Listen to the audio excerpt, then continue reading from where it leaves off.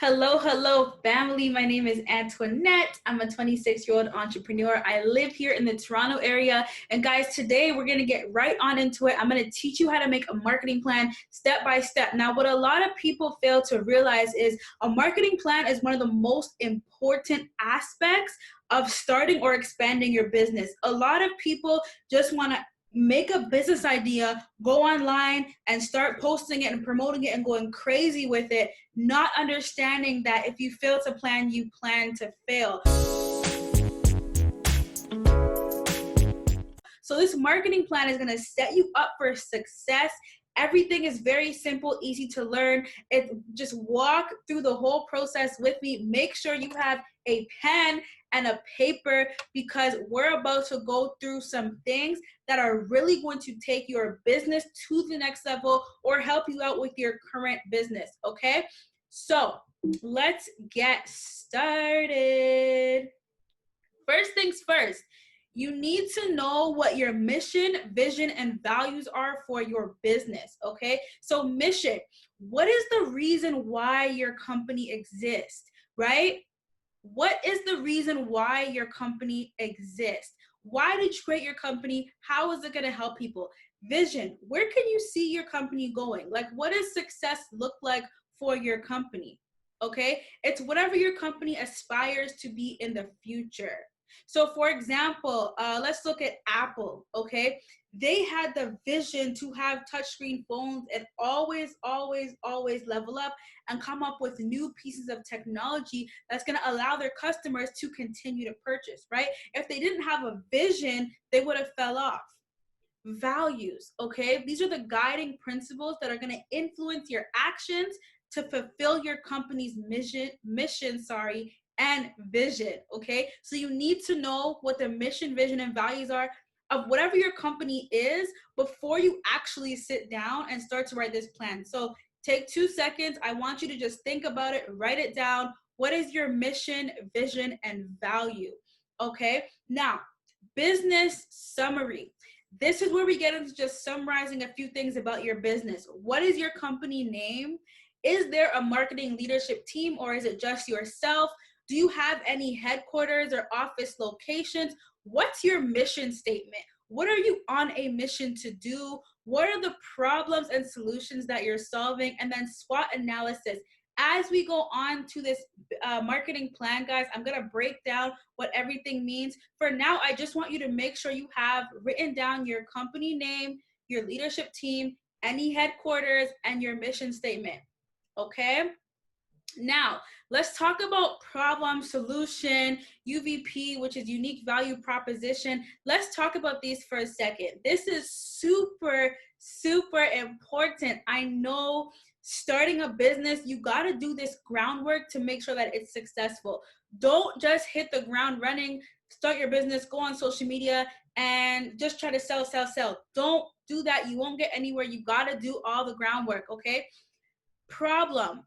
What problems are people facing? List down their frustrations, because really and truly, a lot of the top companies in this whole entire world, what they do is they solve a problem, whether that's making something more convenient for someone, whether that's solving the way somebody feels. Like, you're solving a problem, okay? What's the solution? How are you going to solve the problem that your clients have, okay? Unique value proposition. And feel free to pause this and screenshot it, guys, so you have this slide. You can also DM me or message me or comment below if you would also like a copy of this, okay? Unique value proposition. How are you going to turn an unaware visitor into an interested customer, right? You have to create a clear and compelling one-liner message that you want to send across. So I'm literally going to make this up. For example, this pen is so amazing because it never runs out of ink. You never have to buy another pen ever again. This is it, right? That could be literally my unique value proposition. This pen is so amazing, it's never gonna run out of ink. Why wouldn't anybody buy it? You buy it one time, you use it forever, it's never gonna run out, right? You never have to worry about buying another pen again. Unfair advantage. What separates you from your competitors? What keeps you ahead of the pack? This could separate me because what other pen company do you see that has a pen that lasts forever, right? This could set me apart. So What unfair advantage do you have? And trust me, if you're planning on launching a business or you have one right now, you need to have something that other people do not have, or you have to offer such great customer service that nobody's going to go somewhere else. Existing alternatives. How are these problems solved today, right? So your problem, right? This can be a direct competitor to what you are offering or the existing ways people are employing to address their problems. Key metrics. How are you going to measure the success of your product or service? For example, I could say, I want to sell these pens on Instagram. I believe I'm doing successful if I'm selling 10 pens every single day through DMs. I believe I'm successful if I'm getting 500 new followers every single week. So you have to figure out what goals you want to set for your business and how are you going to measure the success, because it's so important to measure as well. Okay, high level concept. How does your product or service fit into the grand scheme of things? Okay, we talked about unfair advantage channels. How are you reaching your target customers? It's a direct marketing, social media ads, partnerships. Identify effective ways to reach them, and we're going to talk about that later on in the presentation as well. Early adapters, what are the specific characteristics? Okay, cost structure. What are the costs? What are the fixed and variable costs to launching your product or service, right? Consider the cost at each stage, literally from setting up your website to production to marketing and hiring employees. Write that down. What are your costs and your expenses and revenue streams? What is going to come in? Guys, these are things that you have to know before you start making your marketing plan, okay? So I just want you to take a while, answer these questions before you actually start making your marketing plan. Okay, SWOT. Find your competitive position with the SWOT analysis. So guys, what a SWOT analysis does is it actually maps out your company's path towards your goals by identifying your strengths, weaknesses, opportunities, and threats, okay? You can uncover your company's competitive position with these guiding questions, okay? Strengths, weaknesses, opportunities, threats. So let's look at strengths for a second, okay? What advantage does your company have, right? What do you do better than other people? What are some of your weaknesses? What are areas you could actually work and improve on? Opportunities. What changes in technology, right? Policies and social patterns can be growth for the company. Threats. What are the obstacles to your company's growth? Who are your competitors and what challenging factors can threaten your competitors' opposition? Now, let's get on into your marketing plan. Okay, we got the groundwork done. We know our SWOT, we know our goals, we know our vision, we know what we want to do, where we want to take our company. We have our budget, okay? Now, let's talk business initiative, marketing initiative, goals, and metrics, okay? So, for example, when it comes to making your marketing plan, you want to write down your goals, okay, and how we're going to measure goals. So, for example, insert company name here has the ambitious goal of, insert your goal. To help the business do that, our marketing team will pursue the following initiatives and insert the year. So, for example, my pen company has the ambitious goal of selling 50 million pens worldwide. To help us actually be able to do that, we're going to pursue the following initiatives in 2020. Okay, so initiative, description. This is an example.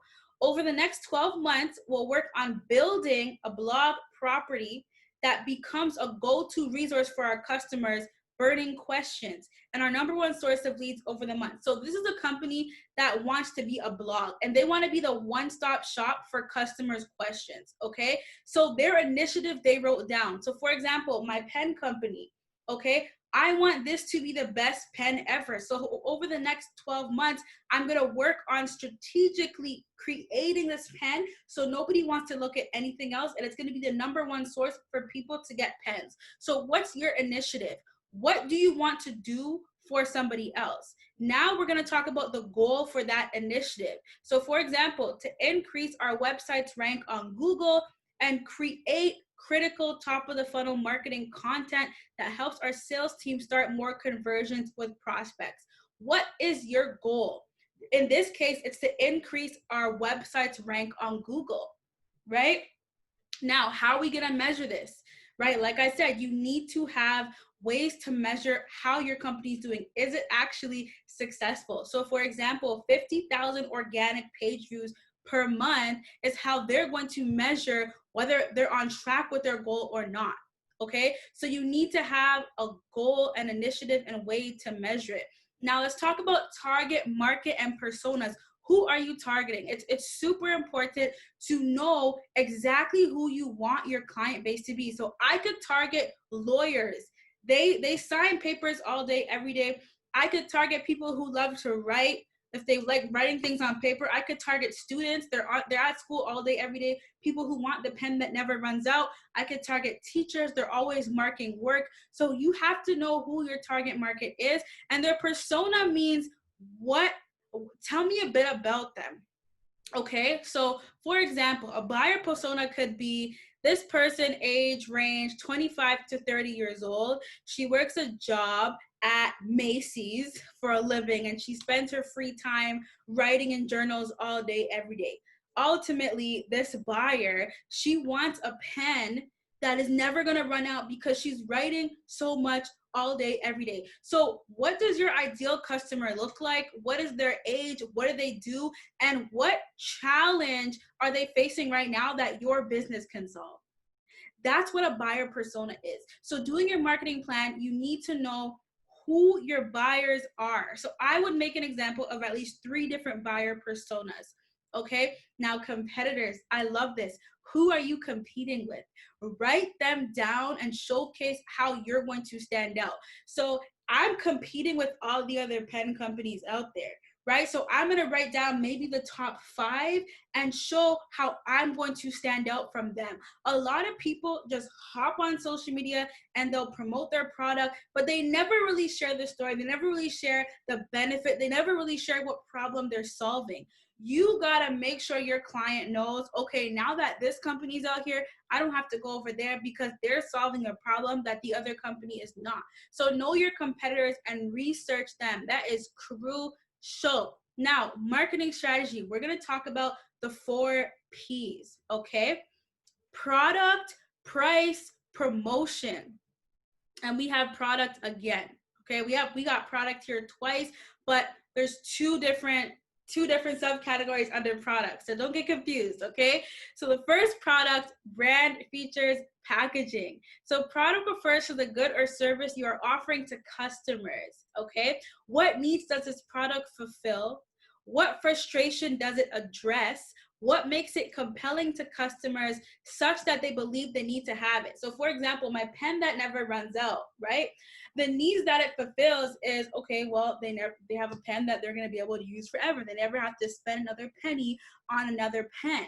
Okay, what frustration does it address? How often are you writing something very important and your pen runs out of ink and now you have to run all around the house looking for another pen? That's annoying. So that is solving a frustration of having to find another pen. What makes it compelling to customers so that they need to have it so badly? Well, have you ever heard of a pen that doesn't run out of ink? Like, that's quite compelling, right? So that's what you want to do, okay? For product. Now for price. So price could be discounts, bundling deals, credit terms. So price is what customers pay for a product or service, and it takes into the account the cost of production. So what is the value of the product or service? So for example, the value of this pen, I'm going to sell these for $80. Okay. Are there established price points for this product or service in the market? How does my price compare to other competitors? Are my competitors' pens $80? Are they a lot less? Are they a lot more? You want to make sure you have that written down. Now, promotion, ads, press, social media, email, engine, video, the search engine, video, email marketing, all of that stuff. PR, promotion is how you're going to get the word out about your product or service. So you have to write down, how am I going to promote? What am I going to do to get the word out? And later on in this presentation, I'm going to show you a few ideas that you could use to promote your business. But remember, this is a marketing plan. This is all about getting your ideas out there. So you need to know how you're actually going to be promoting, on what platforms, and what your budget is. Now, product, okay? Again, Actually, you know what, guys? Instead of product, this should say place. So let's just say this says place, okay? Stores, website, online, marketplace. So place is going to refer to where your customers will look to see your product or service. It also considers how you will deliver the product and service it to them. Will it be a physical store or will it be online? You got to write that down. Where are you going to be selling these products or services? So product actually is not here twice. It's product and it is place. So if you do screenshot this, you can edit that out, or again, just shoot me a message. I'll give you the updated version to this presentation. Apologies for that mistake, but I'm doing this with you guys in real time, so we're not going to edit. We're going to get right on into it. Okay, this was a heart-to-heart moment, all right? Marketing budget.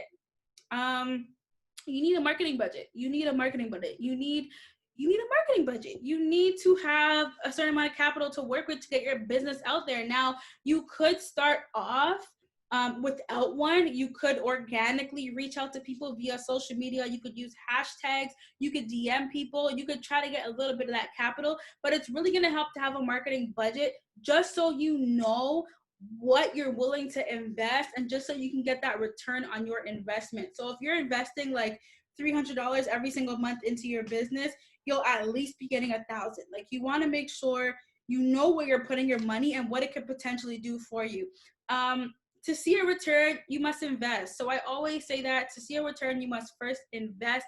It is very important to have at least a little bit of budget, something that you could work with, because these days things are all about convenience. You can spend $5 a day on Facebook and Instagram ads and reach thousands of people every single day. And how else would you have been able to do that, right? So when it comes to your marketing budget, you want to write down where you're going to be marketing. So as I said, I was going to give you a few ideas as to where you can market. These are avenues I do highly recommend for new businesses starting out: Facebook and Instagram ads, doing events, Google ads, email marketing, and others. So come up with whatever your budget is. I put $5 a day for Google ads just as an example. Facebook ads, Instagram, that could be $5 a day. Whatever works within your budget, just write it here and actually list out where you're going to be promoting your products and services and how much you're willing to spend. This is what you have to see in your business, guys, okay? Don't just run with it and start spending all over the place, because then you're gonna go back and say, oh my God, I spent $1,000 on ads last month and I got no results. Like, you never wanna be in that situation. So know what you're going to invest in and have an idea of what it could possibly do for your business, okay? So marketing funnel, I wanted to talk to you guys about as well, and just knowing the stages of the customer marketing funnel. So a marketing funnel, guys, it maps out your customers' marketing activities at each stage of the customer journey. So it's gonna start with making your target audience aware of your solution, and then guiding them through an evaluation process, and finally leading them to make a purchase. So the goal is to create a system which is measurable at every level of the journey. Now, guys, what I realized is a lot of people just go out there and they sell. They don't even build rapport. They don't get to know their customers. They don't create contests. They don't give away coupons, nothing. Like, they just go out there and expect their customers to buy, and they don't even know them. With a marketing funnel, you could actually just create a way for your customers to come in, get to know you a bit, build rapport, and then guess what? They'll purchase from you. So there's 3 stages to the marketing funnel, okay? Top of the funnel. So that's activities that facilitate awareness. Make your target audience aware of the problem you're addressing and how you're solving it. So that could be a social media post, it could be email marketing, it could be a promo video or PR. So for example, this pen, I could post a social media ad and I could say, finally, the world's first pen that never runs out of ink. If you're tired of writing on a piece of paper and not knowing where you're going to find the next pen because your pen no longer has ink, you're going to want to take a look at this, right? Then we have middle of the funnel, activities that facilitate evaluation. Convert those who are aware into leads. So discounts, offer, free trials, events. So now what if I said, click this link today to get 20% off of our pen that never runs out? That's a discount. So they're going to click and they're going to be interested.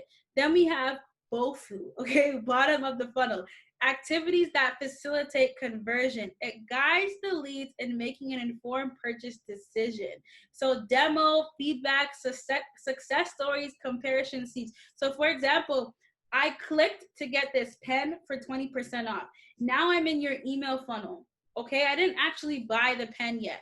So what I'm gonna do at this point is I'm probably gonna wanna, as a business owner, I'm gonna wanna send that indecisive customer some success stories, a demo, some feedback from other customers, some testimonials. So you could do that as well, just to kind of get your customer to actually purchase, because some people need multiple exposures before they do buy a product. Now, if you're not at a stage right now where you can have a funnel, like a fully built out funnel, that is okay. You may just have to manually follow up with customers, but don't think that because you sell a product or services, you don't have to follow up or you don't have to build rapport. It's extremely important that you do that, because building that relationship and rapport with your customers will just allow you to be trusted. It will allow them to be a lot more comfortable buying a product from you. So this could be posting on your story, DM them, like their pictures, comment. This is all through Instagram. If you're like just a brand promoter, just somebody personal, if you're a larger corporation, then of course you would have a sales funnel or a sales rep to build rapport with clients. But don't think that somebody's always going to see something once and purchase it. Sometimes you do have to build rapport continuously with that person. Guys, for more free guidance and tips, go ahead, click the link below in the description to join the free entrepreneur community, where we come together. We go through things like this all the time, ways that we could actually grow and increase our business together. It's absolutely free to get these tips and learn from myself and a few other ladies in the movement as well. I'm looking forward to helping you grow your business to 6, 7, and 8 figures. And you can definitely do it. Just plan properly, okay? Don't skip, don't rush the process. Take the time it actually takes to plan, and meet me at the top, because the bottom is too crowded. Talk to you guys very soon. Have an amazing day.